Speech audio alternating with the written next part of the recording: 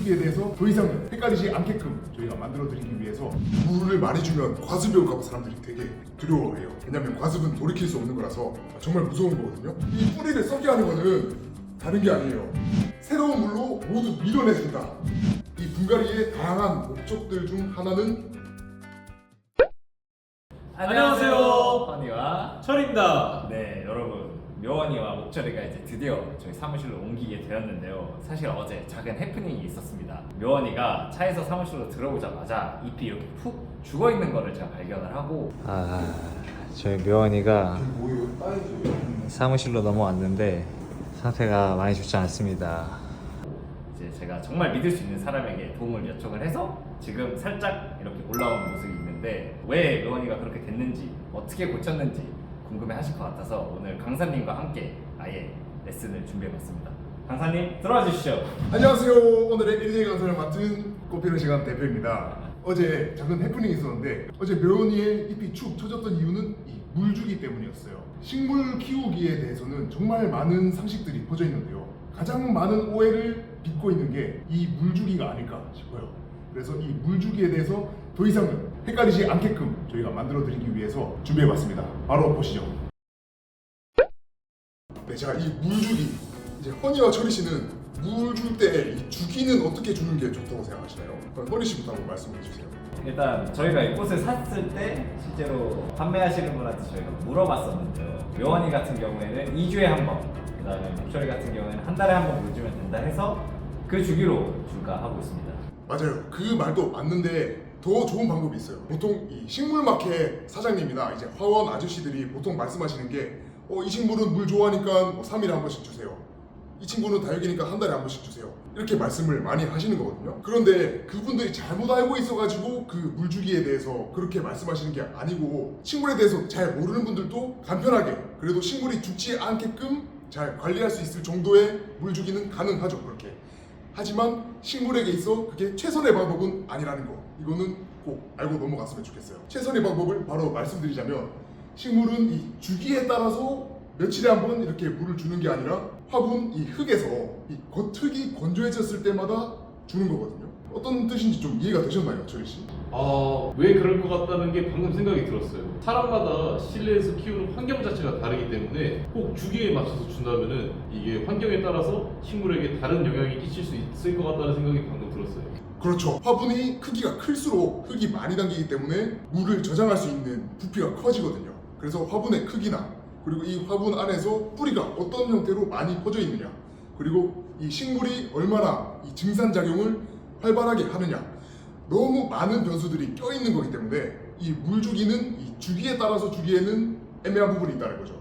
그래서 추천드리는 방법은 화분 흙을 눈으로 봤을 때 건조해 보인다, 그때 그냥 줘도 괜찮습니다. 보통 이 겉흙이 건조해졌을 때 물을 주라고 하는데, 눈으로 보면 물 줬을 때랑 이제 건조해졌을 때 확연히 차이가 나는 경우가 많기 때문에 눈으로 확인하고 주면 된다고 말씀드리고 싶네요. 질문 있습니다. 네. 그러면은 다육이과인 이 은행목은 한 달에 한 번쯤 주라고 그랬는데, 그러면은 이 겉흙의 기준이 조금 다른 거 아닌가요? 네, 그게 좀 헷갈릴 수 있을 거라 생각이 드는데요. 다육이처럼 물을 싫어한다고 알려진 식물들은 이 물을 일반 관엽식물에 비해서 덜 주어야 되는 게 맞겠죠. 다육이를 한 달에 한 번씩 물 주는 게 아니라 이 겉흙 좀 더 깊은 흙까지 말랐을 때 주면 되겠죠. 그러면 이 좀 더 깊은 흙은 눈으로 볼 수 없다면 어떻게 확인할 수 있을까요, 허리 씨? 손가락으로 눌러보면 네. 되죠. 손가락으로 흙을 살짝만 파보면 돼요. 살짝만 팠을 때 축축한 흙이 나온다. 그러면 아직까지 물 주기가 안 됐다는 거죠. 그런데 한 1cm, 2cm 더 파봤는데 흙 속까지 다 건조해 보인다. 그러면 물을 주면 되겠죠. 한번 파보세요. 지금은 사실 파는 게 큰 의미가 없는 게 겉흙도 지금 축축하죠. 이렇게 눈으로 봤을 때 완전 새까만 그런 색이면 이게 축축한 거거든요. 자, 그러면 이 물 주기에 대해서는 이해를 하셨나요? 네, 자, 그러면 다음 물 양은 한 번 줄 때 어떻게 줘야 될까요, 허니 씨? 저는 그냥 물이 위로 넘치지 않게, 물 위로 넘치지 않게. 네, 흙 위로 네. 넘치지 않게 주고 있는데, 철희 씨는 어떻게 주고 계시죠? 저는 화분 밑으로 물이 떨어지면은 그때 그만 줍니다. 네, 각자 그렇게 생각한 이유가 있을 텐데요. 이 물 주는 양, 이 양이 가장 많은 오해를 사고 있는 사실이거든요. 물 줄 땐, 한 번 물 줄 때는 콸콸콸 엄청나게 많은 양을 주는 게 좋아요. 많은 분들이 큰 화분의 경우 화장실로 이렇게 들고 와가지고 화장실 샤워기로 계속 물 틀어주는 분들이 있어요. 그분들이 가장 물을 잘 주는 거예요.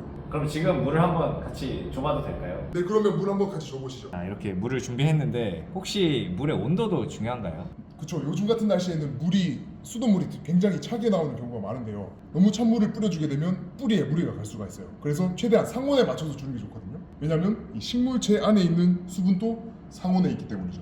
그러면은 제가 온수와 냉수를 적절히 섞은 이 물을 한번 줘보겠습니다. 저는 이제 보통 이 정도를 주는데 네네. 어떻게 생각하시나요? 굉장히 답답한 양이에요. 그러니까 물을 떠왔으면 이 흙이 이 화분에서 물이 떨어지는 속도에 맞춰서 계속 부어주는 게 좋아요. 이걸 언제까지 반복하느냐? 지칠 때까지. 그게 이상적입니다. 물은 많이 줘야 돼요. 근데 이렇게 물을 많이 주면은 혹시 과습이 오면 어떡하죠? 물을 많이 주면 과습이 올까 봐 사람들이 되게 두려워해요.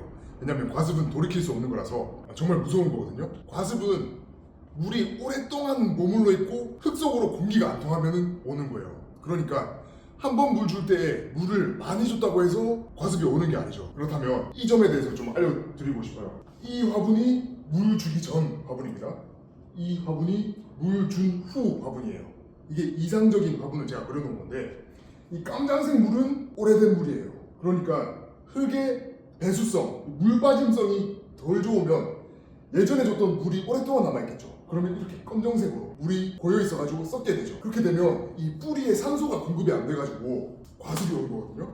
그런데 이렇게 신선한 물, 파란색으로 신선한 물을 가득 채운 거거든요. 이 모든 흙을 신선한 물로 적신 거예요. 신선한 물에는 용존산소, 물에 산소가 녹아있잖아요. 이 물 속에 녹아있는 이 산소가 그래도 이 뿌리에 공급이 될 수 있겠죠. 오래된 물에는 산소가 다 빠져나가고 없을 거예요. 그런데 새로운 물, 신선한 물로 흙을 모두 적셔준다. 그러니까 오래된 물을 새로운 물로 모두 밀어내준다 라는 의미에서 콸콸 많은 양을 주라고 말씀드린 겁니다. 좀 이해가 되시나요? 네. 그러니까 신선한 물은 과습을 유발하지 않는다 라고 생각해 주시면 좋을 것 같아요. 그러면은 네. 과습의 문제는 흙의 문제인가요? 과습의 문제는 흙의 문제가 맞습니다. 그러면 물을 많이 줘서 과습에 걸리는 게 아니라면 과습이 걸리는 이유를 좀 알고 넘어가야겠죠. 네. 이 뿌리를 썩게 하는 거는 다른 게 아니에요. 저희가 굉장히 많이 언급했던 것들이거든요. 뿌리솔솔과 제라핌이 어떻게 해서 잔뿌리를 돋아나게 해주죠? 이 밀양 녀석 생물. 미생물. 네, 제가 항상 말씀드렸다시피 이 뿌리와 흙 사이에는 미생물들이 반드시 필요해요. 이 미생물들의 도움을 받아서 수분을 흡수하고, 그러니까 물을 빨아들이고 영양분도 흡수하거든요. 이 뿌리가 그런 작용을 하기 위해서는 반드시 미생물이 이 공생관계가 형성이 돼야 돼요. 이 미생물은 호흡을 해야 돼요. 이 흙의 통기성이 나빠서 산소가 안 들어오면 미생물이 무산소 호흡을 하게 돼요. 그런데 이 무산소 호흡의 결과물이 뭐냐면 바로 부패입니다. 상하는 거예요. 그러니까 이 미생물에 산소를 공급해줘야 되는 거예요. 우리는. 자, 그러면 이 미생물에 어떻게 산소를 공급해줄까요? 만약에 이 흙을 너무 오래 쓰게 되면 어떻게 될까요? 통기성이 안 좋으니까 네, 산소를 공급을 못 받는 거죠. 그렇죠. 그래서 분갈이가 필요한 겁니다. 사실 이 흙의 영양분은 영양제를 주면은 얼마든지 그래도 충분히 공급을 해줄 수가 있어요. 그리고 저희 관솔 목조액이 아니라 뿌리솔솔을 활용하면 이 미생물도 그렇고 이 흙을 오랫동안 쓸 수 있게 해준다고 했잖아요. 그런데도 배수성이 점점 나빠지는 그 흙의 문제 때문에 결국에는 분갈이를 해줘야 되는 거예요. 이 분갈이의 다양한 목적들 중 하나는 과습 방지에 있다는 거죠. 이게 굉장히 쉽게 설명을 해드린 버전이거든요. 자, 이렇게 물주기는 언뜻 보면 쉬워 보일 수 있지만 오해할 만한 요소가 많다는 점 꼭 주의해 주셨으면 좋겠어요. 더 알고 싶은 게 있나요? 혹시 다음 강의에는 어떤 걸 듣고 싶으세요? 물주기는 이번에 강의를 통해서 이제 정말 그냥 쉽게 줄 수 있을 것 같은데 분갈이가 사실 걱정이 돼요. 그쵸, 이 분갈이 정말 많은 분들이 이 분갈이를 어려워하고 부담스러워 하시거든요. 그래서 이 분갈이를 하는 방법에 대해서 제가 다음 시간에 말씀드리도록 할게요. 그러면 다른 궁금점들이 있으시면 댓글로 달아주시면 저희가 다음 영상 콘텐츠에 반영을 하도록 하겠습니다. 앞으로도 이런 강의 콘텐츠를 한 번씩 만들어낼 예정이니까 구독과 좋아요 반드시 좀 부탁드리겠습니다. 앞으로도 저희가 초보식 집사를 탈출해 더 좋은 모습을 보여드리는 그날까지 강의를 한번 들어보도록 하겠습니다. 앞으로도 잘 부탁드리겠습니다. 안녕.